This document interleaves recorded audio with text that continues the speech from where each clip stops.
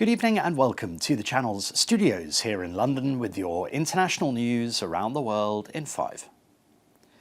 A second Australian teenager has died of suspected methanol poisoning, bringing to 6 the number of foreign tourists who have died after apparently drinking tainted alcohol in Laos. The family of Holly Bowles said it was with broken hearts that they confirmed her death, more than a week after she fell ill in the tourist town of Vang Vieng. She was being treated at this hospital in Bangkok. News reports and testimonies suggest the tourists may have consumed alcohol laced with methanol, a deadly substance often found in bootleg alcohol. Her friend Bianca Jones and British lawyer Simone White from South East London were confirmed to have died on Thursday. NATO says Russia's use of an experimental intermediate-range ballistic missile against Ukraine will not change the course of the conflict. The alliance's spokeswoman says it will not deter Ukraine's allies in NATO from supporting Kyiv. President Putin said Thursday's strike on the city of Dnipro was a response to Ukraine having used US and British-supplied long-range missiles against targets in Russia.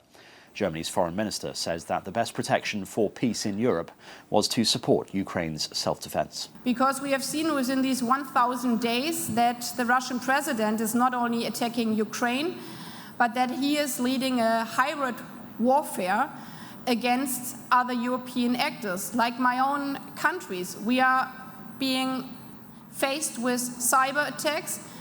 We are suddenly finding parcels with explosive materials which are supposed to go on our airplanes.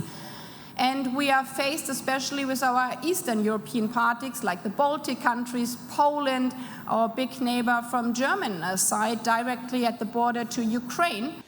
Mourners have gathered in a mosque in Parachinar in northwest Pakistan to prepare for funeral prayers for victims of a deadly attack in the region that killed at least 38 people. Shops and markets in the city remained closed as a somber mood gripped the community. Gunmen opened fire on passenger vehicles travelling from Parachinar, killing at least 38 people and wounding 29. No group has yet claimed responsibility for the incident.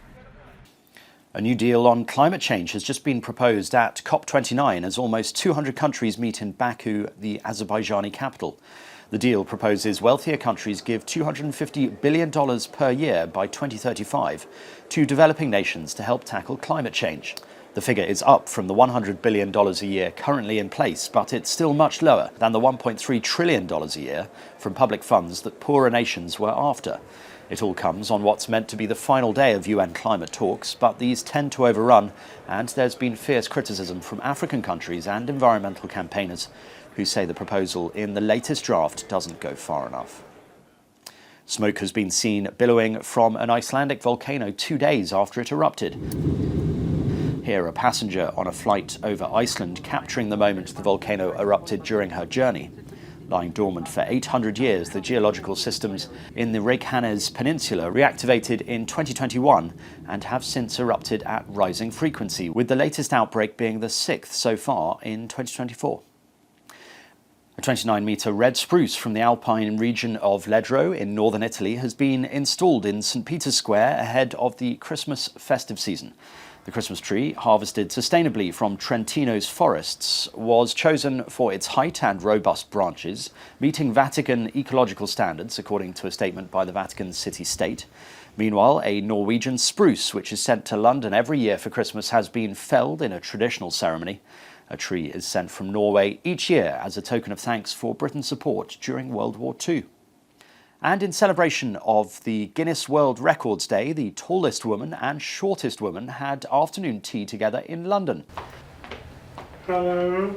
At 2 metres and 15 centimetres tall, Rumisa Gelgi, a researcher from Turkey, towered over Jyoti Amge, an actor from India who stands at just 62.8 centimetres.